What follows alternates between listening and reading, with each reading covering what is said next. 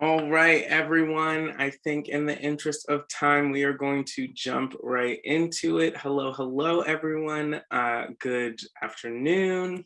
And welcome to your StoryBolt session. My name is Obella Obbo. My pronouns are he, him, his, and I will be your host as we unpack the topic of discovering pride against all odds through an authentic and engaging story and conversation.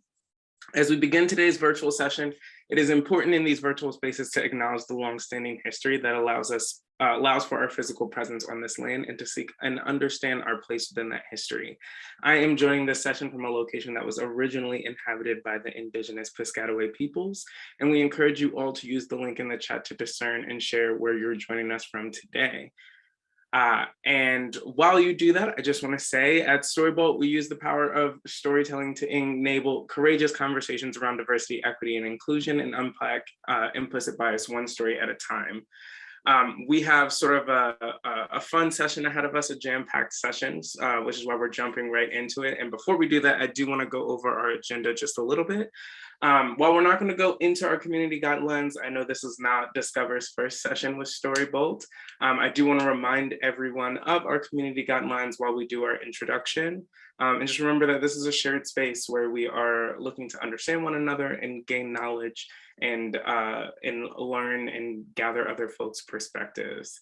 After our, or as we get into it, we're going to kick off with an opening activity. After that opening activity, we are going to screen our film out in the lineup, and then we'll have a Q&A conversation with the filmmakers. So myself and Thomas will have a conversation that you all will have an opportunity to participate in. Don't go anywhere once that Q&A is finished. We will have a call to action and a closing activity for us to sort of wrap things up and keep ourselves in a discovery mindset and a learning and engaging mindset. So we are going to jump right into it. We like to kick off all of our activities with Slido activity. And you are going to see in the chat access to a Slido link, and you can either go directly to that link, you can go to slido.com and you can enter the code 064086. But we're going to ask folks to join us on Slido, and then you will have the opportunity to fill in and answer the question: what is acceptance and understanding LGBTQIA2S plus people important to you? Why is acceptance and understanding queer folks important to you as an individual and also as an organization? So you can enter answers more than once in the Slido.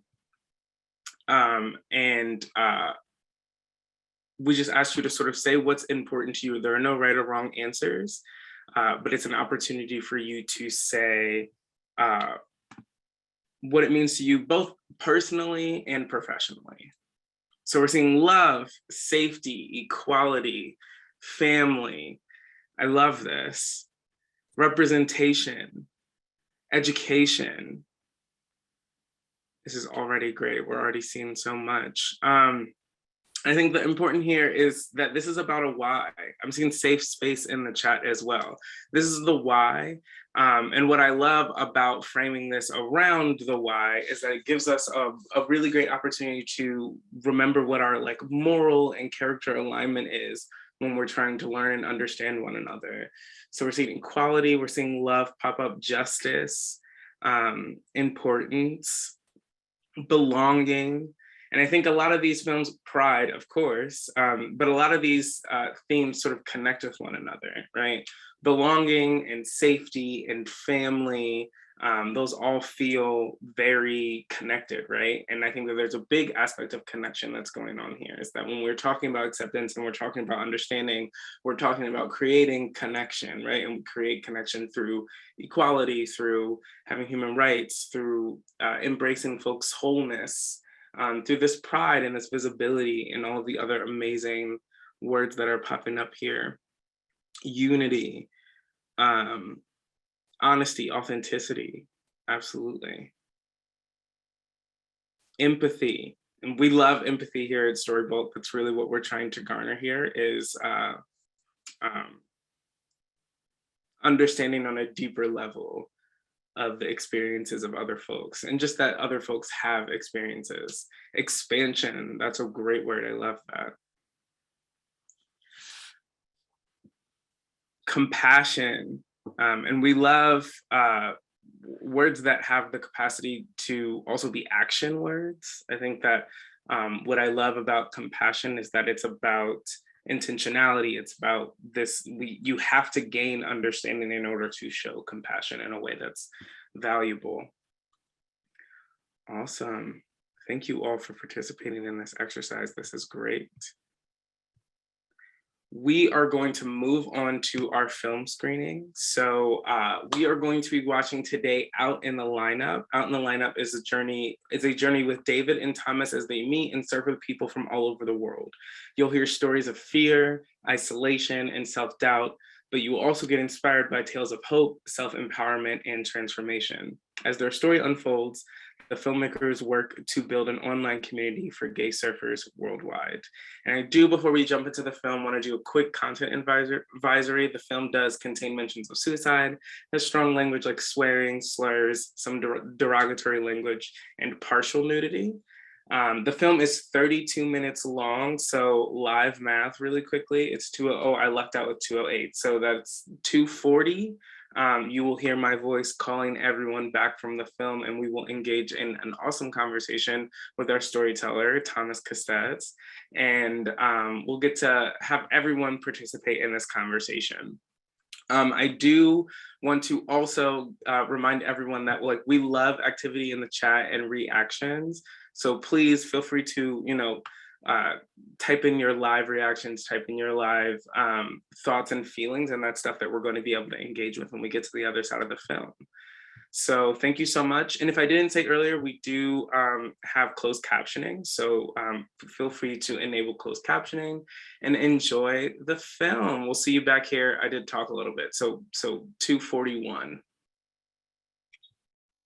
All right, everyone, if we want to start coming back, and we are going to get into a little conversation. So I hope everyone enjoyed the film. I hope that everyone was able to see everything clearly and all that good stuff. I am really excited to bring out Thomas Castets. Thomas is the founder of GaySurfers.net, the first global community for thousands of gay surfers. Thomas produced this 2014 documentary, Out in the Lineup, uncovering the taboo of homosexuality in surfing. And we are really excited to be in conversation with him today. Hi, Thomas, how are you? Hi, everybody. Thanks for being here. Can you hear me well? Yes, we can hear you great. Okay, well, thanks for watching the film, and thanks for watching the stories of all these people that we interviewed. Yeah, it was awesome. It was really great. And before I jump in with some of our first questions, and we do have some questions that we're going to talk out, I want to encourage folks to continue to use the chat to join the conversation. You can submit your questions in the chat, and we'll bring those questions to our guests. You can, if you are interested in submitting your question anonymously, you can send it directly to anyone who has Team StoryBolt in their title. And then we're going to get into our first couple of questions. And hopefully you all can join us along. But thank you again for joining us, Thomas. And I just want to hear from you. This is our classic first StoryBolt question of every session, which is just why are these types of films and these types of narratives important? Well, I think it was choosing the format that we were going to tell that story. When we started GaySurfers.net, as I explained in the film, very quickly the platform became, the membership grew and people joined from around the world. And so it got media attention, and I got phone calls from journalists around the world wanting to interview us and put our face on a magazine article, and no one was joined the site in order to be famous or have their face on TV and magazines. So we also thought that we needed to be in control of the gay surfers needed to be in control of how they were being portrayed. I think there was a lot of questions that journalists were asking around um, uh, homophobia and our dramatic experiences and things. Answers are a lot more complex than they appear, Mhm. and we didn't want to be giving those dramatic answers. So to make a short answer, we wanted to make a film, interview ourselves, the people who we knew and trusted us, and we thought the documentary was probably the best format to tell those stories.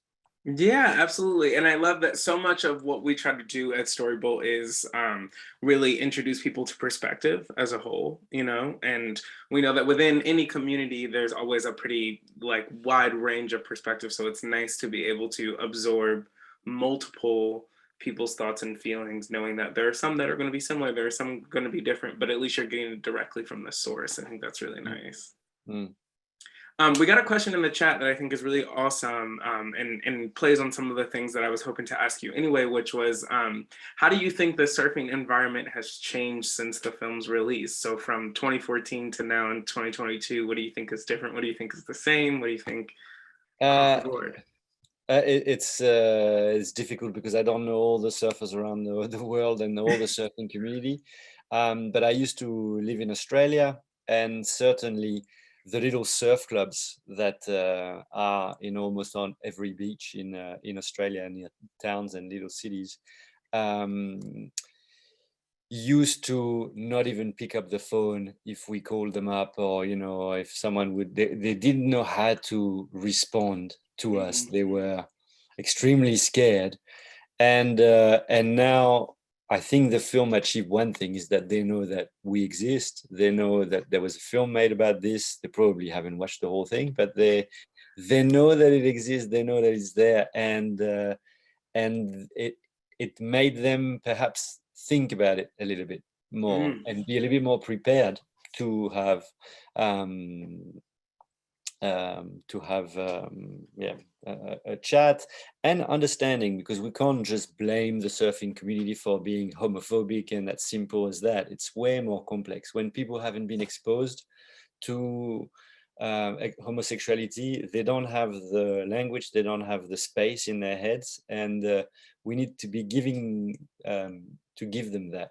And Hmm. I hope that the film gave the surfing world a little bit of time to think about it and choose their response.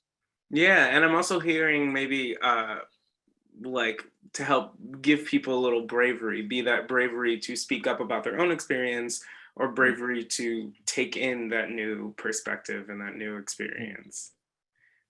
Um, Go ahead.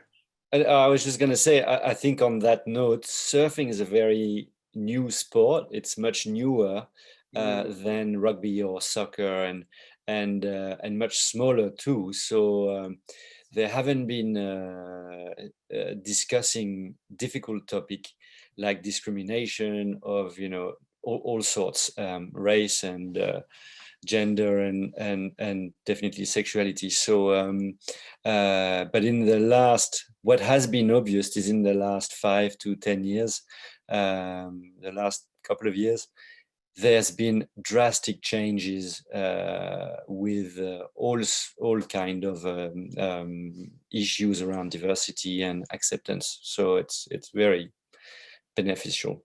I love that. I love that. And I'm interested. So uh, there's obviously like the cultural aspect, which I think can take a little bit of time, but I'm wondering if you're seeing just in general more visibility, more representation. We have a question in the chat, and this also aligns with some of the questions we were going to ask. You know, if if the expectation is that it's a very masculine sport, and that might be what makes it more non-accepting, are we seeing more representation just of types of people in surfing, regardless of if we're having the bigger conversations around sexuality? Yes, no, definitely. I think in the big cities like San Diego and Sydney in Australia, you see more and more groups of gay surfers going surfing together. You see there's a mental illness group that meet up every Friday morning in Sydney, and they all dress up in pink. And it's certainly something that didn't exist 10 years ago. However, I think outside of the big cities, outside of the big group of surfers, inside the smaller communities, the remote towns across the world, I don't think it's you would see much change at all, just because it's gonna take more time, and Hmm. it's still very much people are trying to fit in, and the smaller the community, the harder it is to be different. The more courage it takes to look different, to take risks. Yeah, absolutely. Oh, I love that. Absolutely. And that's true. A lot of what we try and do when we have these conversations is relate this stuff to the workplace. And I think that can be very true in workplaces as well. Even, you know, at a larger organization, maybe across the board at the organization, we see that type of acceptance. But even in your smaller teams, it can be harder to sort of stand in your own truth and live that type of authenticity. Mhm. Um, so sort of staying to this point about what it means to be in sort of a smaller group, Out in the Lineup tells the story of a global sub community. So we have like the gay and queer sub community, but then uh, within that global sub community are the surfers. And so, what does it mean to you to be able to be that specific? Why is that specificity important to you? You asking me?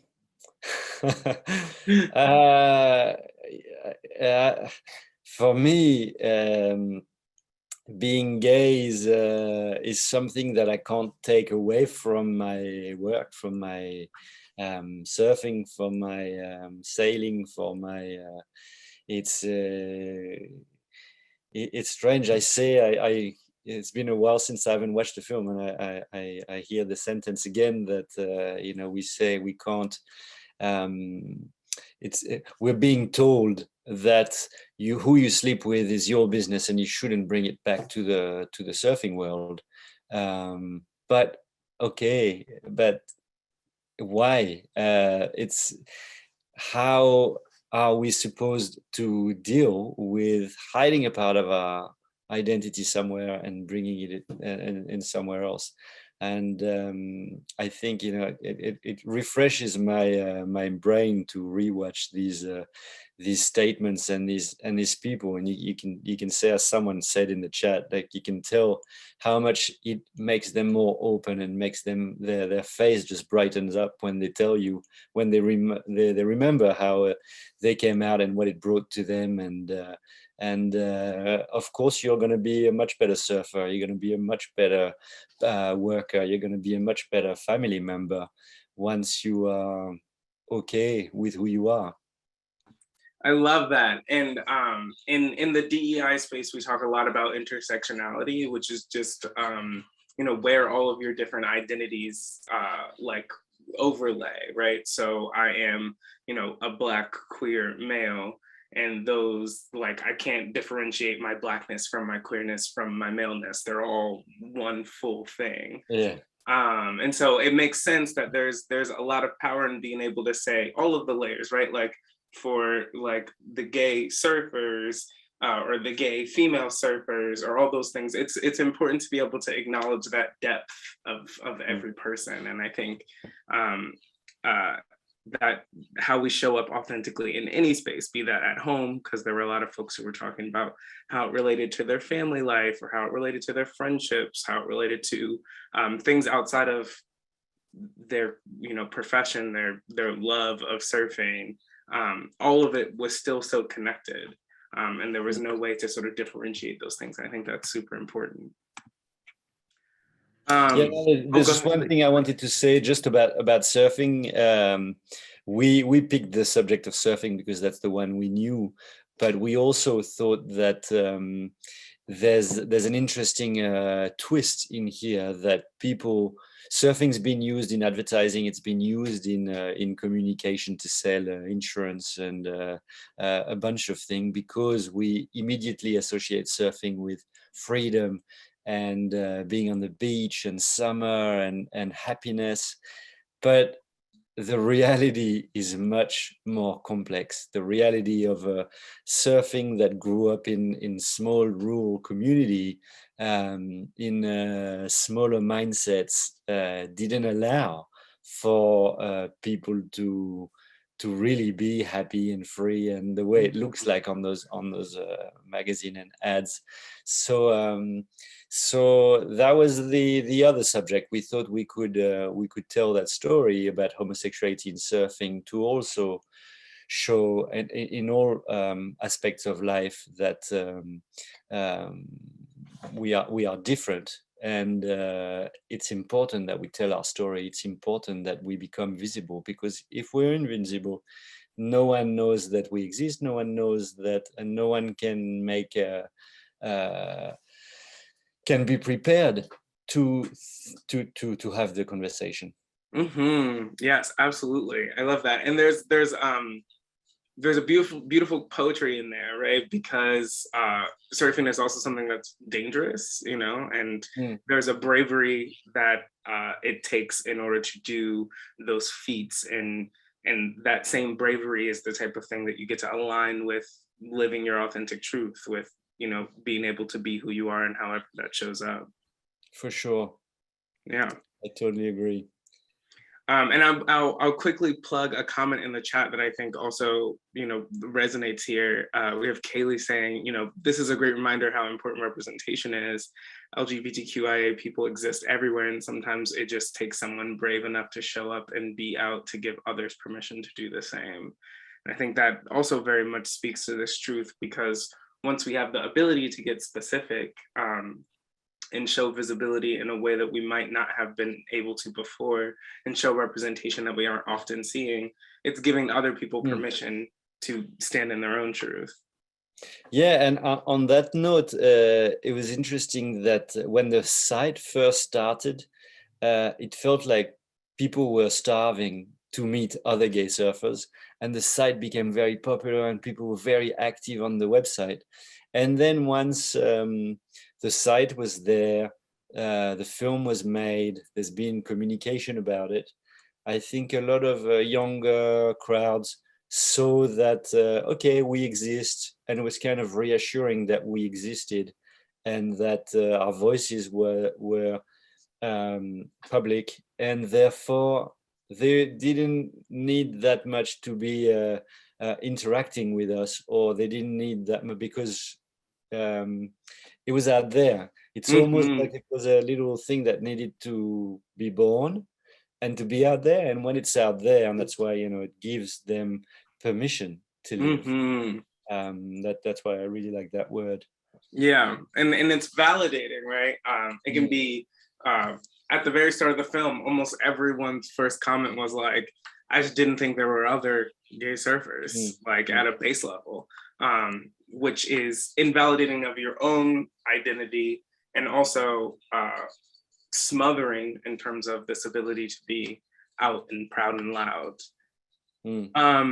So we have about 5 minutes left, and so to start this process of wrapping up thoughts, and if anyone has any final questions, I would definitely encourage you to throw them in the chat or direct them at Team StoryBolt. But what do you really want people to get away from this film when they see it, you know, in really any which way? What do I want people to take with them? I want them to have a bit of a laugh and take take it in the light way. We're not trying to be political, or, you know, we're trying to get people to know that it's there, and to make the parallel with other sides of their lives. And I've had many letters sent to us after the film was screened in different film festivals, and the most constant comment was people said it's so incredible to see that that you are there, and I think that it leads to conversations. It leads to something that's bigger just surfing. So I'm really happy that people can connect to something that's so beautiful as surfing, and to something that's so intense as discovering your own sexuality.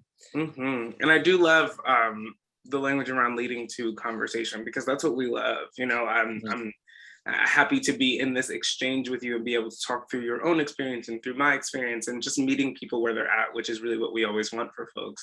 And I would like to close out with this last question in the chat, because I think it's also a great sort of wrap up. And what would you like to see for the next generation of gay and queer surfers?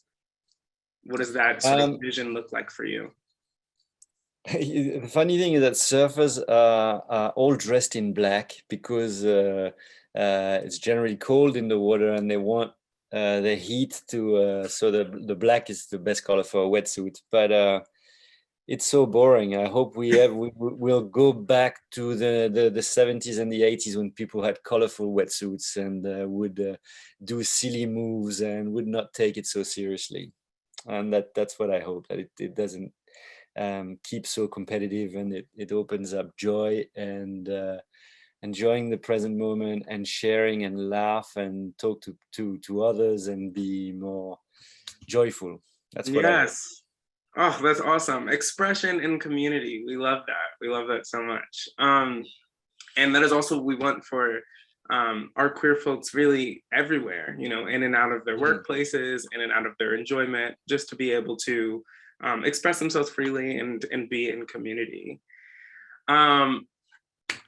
Thank you so much for this conversation. This was awesome. I had a really great time. I hope that you enjoyed it. I hope that everyone in our audience enjoyed it. And thank you for giving us so much to just think about and to take into our own conversations. Same. Thank you, everybody. I see there's quite a few people out there. So thanks for attending, and be happy, everybody. Awesome. Thank you so much. And don't leave, folks. We do have a bit more ahead of us before we head out of here. And we are going to pop our PowerPoint back on. And yeah, to kick us off, we like to do a couple of call to actions. And this is just a great way to start off when we talk about allyship. This is what we like to kick off with. Just tell us what you think. We want to gather feedback about what type of conversations you want to have and how you're enjoying the experiences that we bring to you all. So you will see in the chat a survey pop up. If you all could please take just a few minutes and fill out that survey for us and tell us what you're learning, what you want to learn, what more you could get out of these experiences, what sort of dreams you have for your diversity education in the workplace. Additionally, I would like to draw your attention to the resource sheet, and point out the what's next section at the bottom, where you can find suggestions on how we can all take actions to continue our journey and confront your biases, through conversation in your environments. We've also included self-reflection questions, which you can use for your own personal reflection, or it can be used to spark conversations with your peers and with your loved ones about this movie and about this topic of discovering pride against all odds. And yeah, we all know that information, inspiration are our first steps to change, but it's not possible without action and conversation. So in the chat, you will also see a reference to your resource sheet where you can find those facts and statistics, those what's next options, and some self-reflection questions there. And then finally, we're gonna wrap things up with a little activity, because we love to have some activity. And so if you can return to your Slido, you'll see the Slido link in the chat. You can go to slido.com. If you still have your tab open from earlier, you can just return to it once again. Remember that you can submit multiple times. It's just an opportunity for you to throw in any sources for what you know about sexuality and identity in the LGBTQIA2S+ experience. And that might be, television shows that you've watched, social media that you follow, things that have just impacted you, that have helped you come to this conversation with more of an understanding. What does that look like? What has helped you gain more knowledge or gain more empathy and compassion? So we're seeing the SF Chronicles, and we will add these resources to the sheet. That way you have an opportunity to revisit them, and for those of you who are interested, take advantage of the opportunities. I got distracted for a second because I saw Steven Universe. I'm a huge Steven Universe fan. I love whoever put that into the Slido. A great television show, great way to engage both with adults and children. Family and friends is always great. We really want to encourage folks to, give way for the people in their communities to help tell them more about their experience. Absolutely check out gaysurfers.net. Queer Eye on Netflix is a big favorite. So I'm seeing Kipo also, and Pose, all on Netflix. Folks are just using social media across the board, which I think is absolutely a great way to gain more knowledge. You'll see in the resource sheet some podcasts that also have accounts that you can follow on social media that will give you just more information and help connect you to more social media platforms that you can get that from. I'm seeing Legendary, which I can't remember what platform that's on, but I do know that might also be a Netflix platform. Lived Experience, TikTok, itgetsbetter.org. Thank you for that awesome resource. And then I will again, participating in supporting events and orgs. You can find more of those events and orgs on the resource sheet. And through those programming, you can find opportunities to engage.